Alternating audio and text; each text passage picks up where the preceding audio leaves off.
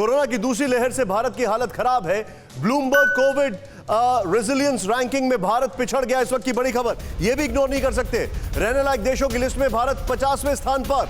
America और यूरोपीय देशों की हालत में सुधार। ब्लूमबर्ग की कोविड रेजिलियंस रैंकिंग में न्यूजीलैंड पहले नंबर पर, सिंगापुर दूसरे नंबर पर। यह बड़ी खबर आपके सामने हम आपको दिखा रहे हैं। और कोविड रेजिलियंस रैंकिंग में नंबर 1 पर सिंगापुर, न्यूजीलैंड, भारत 50वें स्थान पर। यह भी एक तस्वीर है, इसको हम इग्नोर नहीं कर सकते। We can not deny that. Rahul, आइए जरा सीधे ग्राफिक्स में दिखाएं कोविड रेजिलियंस रैंकिंग। और अब जो हमारे साथ डॉक्टर्स हैं, मैं उनके पास आऊंगा। जरा प्ले ऑन करें इसको यहां पर सीधे।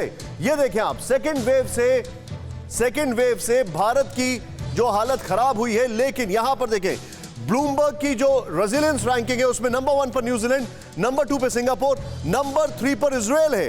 इजराइल इसलिए है क्योंकि इजराइल ने कमाल कर दिया है वहां पर। नेक्स्ट ब्रिटेन, यहां पर इजराइल नंबर 4 पर है, ब्रिटेन नंबर 11 पर है, 13 पर अमेरिका है, जापान 14 पर है, पाकिस्तान 46 पर है, भारत 50 पर है। ये देखिए आप, मैं सीधे यहां से चलूंगा। यहां पर मेरे साथ धीरज कौल जी मौजूद हैं।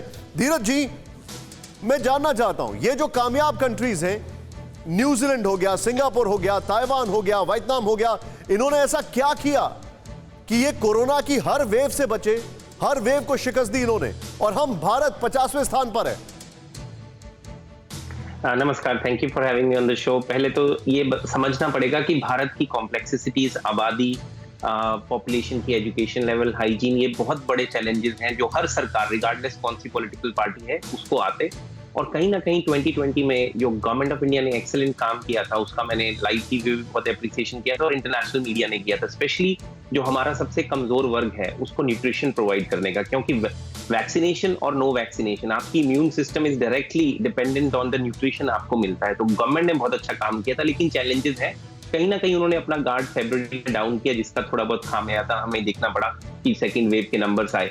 लेकिन जो आप बात कर रहे हैं रैंकिंग का, डिफरेंट कंट्रीज, जो आपने कंट्रीज के नाम दिए, उनकी आबादी हमारे उत्तर प्रदेश से भी कम है, तो कहीं ना, और डेंसिटी ऑफ पॉपुलेशन कम है, और वहां पे डिसिप्लिन, क्योंकि देखिए चाइना के अंदर अगर आप कंपेयर करिए तो आज की डेट में शायद 10, 15, 20 केसेस डेली आते हैं और डेथ 0 है।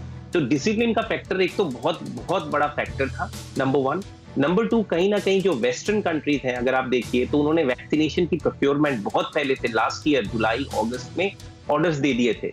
हम कहीं ना कहीं अपनी 2 बड़ी कंपनीज पे निर्भर रहे, जिन्होंने, मैं इसको गवर्नमेंट के फॉल्ट की जगह एडमिनिस्ट्रेटिव एरियाज में ज्यादा फोकस करूंगा, जिन्होंने इसकी प्रोडक्शन, जो हमें 1 करोड़ वैक्सीनेशन अ डे का टारगेट होना चाहिए था, उसको काफी कम रखा गया।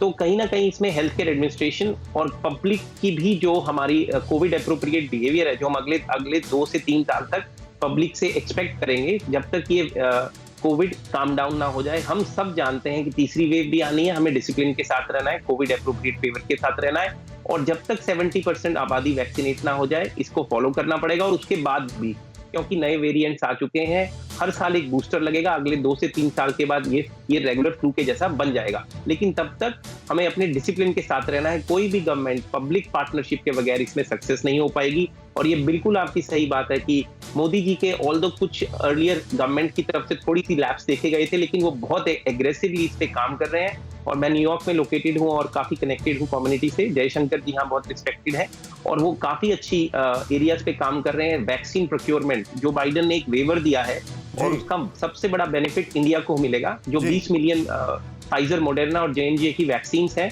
वो अमेरिका के लिए जो बनी थी, वो हम एक्सपोर्ट करेंगे। और 60 मिलियन जो एस्ट्राजेनेका की है, उसको एक इंटरमीडिएटरी की तरह वापस शायद इंडिया और ब्राजील भेजा जाएगा। तो वो बहुत अच्छा काम कर रहे हैं। और हमें स्टेट गवर्नमेंट्स और नेशनल गवर्नमेंट्स को टुगेदर मिलके एक पॉजिटिव थीम के साथ अपनी आबादी के इस मुश्किल समय में मदद करते हुए आगे बढ़ना है और पूरी प्रिकॉशंस लेनी है। सर, आप जो बता रहे हैं, डॉक्टर हर्षल साल्वे मेरे साथ है। सर, वो कौन कौन से करेक्शंस करने होंगे जो हम 50वें नंबर पर ना रहें?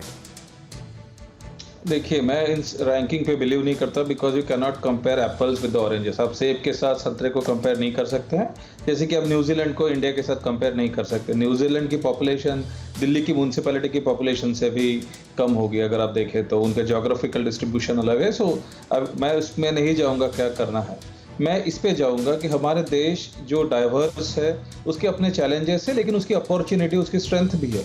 हम देख रहे हैं क्यों फर्स्ट वेव जल्दी आके निकल गया, क्यों सेकंड वेव जल्दी आके निकल गया? बिकॉज हमारे यहाँ मिक्सिंग ऑफ पॉपुलेशन ज़्यादा है, हमारे यहाँ पॉपुलेशन काफ़ी क्राउडेड लोकेशन पे रहती है। क्राउडेड लोकेशन पे रहने से रूरल एरिया में अभी भी हम उतना असर देख नहीं रहे हैं, क्योंकि most of the population rural area में आउटडोर में रहती है।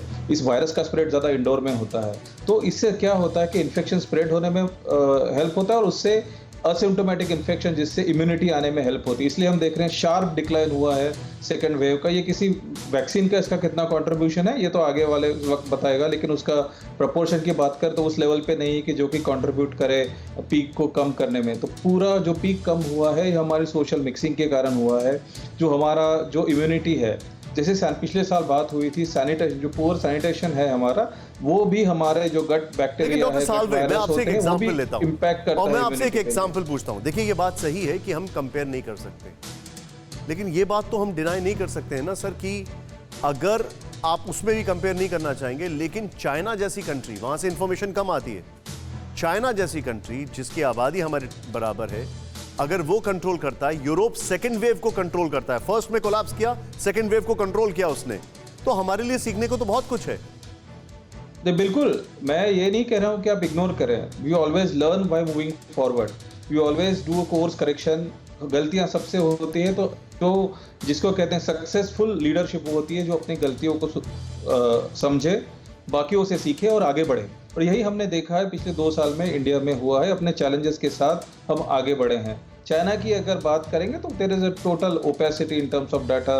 No one can believe where you can see the virus is originated, where still you see the cases haven't crossed 100 million cases. So that's very unbelievable, but that's a different, वो एक अलग विषय है, उस पर अलग चर्चा होनी चाहिए। मैं अगर इंडिया की बात करें, अभी आप देखेंगे करंटली इंडिया में सबसे ज़्यादा पॉपुलेशन वैक्सीनेटेड हुई। अगर टाइम ड्यूरेशन की बात करें तो अगर इसमें कंपेयर करना है हमें, इस तरीके की अगर कंपैरिजन हमें करना है। दूसरी बात, अगर बात करें इंडिया में पर मिलियन डेथ की अगर बात करें तो वो उसमें अगर रैंकिंग की बात करें तो वो सबसे कम आएगी। अंडर रिपोर्टिंग है, अंडर रिपोर्टिंग हर जगह है। IHME की रिपोर्ट देखेंगे तो अमेरिका में भी 2% 2 times excess death report estimate की गई है। इसका मतलब 50% डेथ अंडर रिपोर्ट की गई है। तो उस तरीके के ये सारे पैरामीटर्स भी हमारे यहाँ हैं। फिक्र आपकी, सोमवार से शुक्रवार रात 9 बजे सिर्फ TV9 भारतवर्ष पर।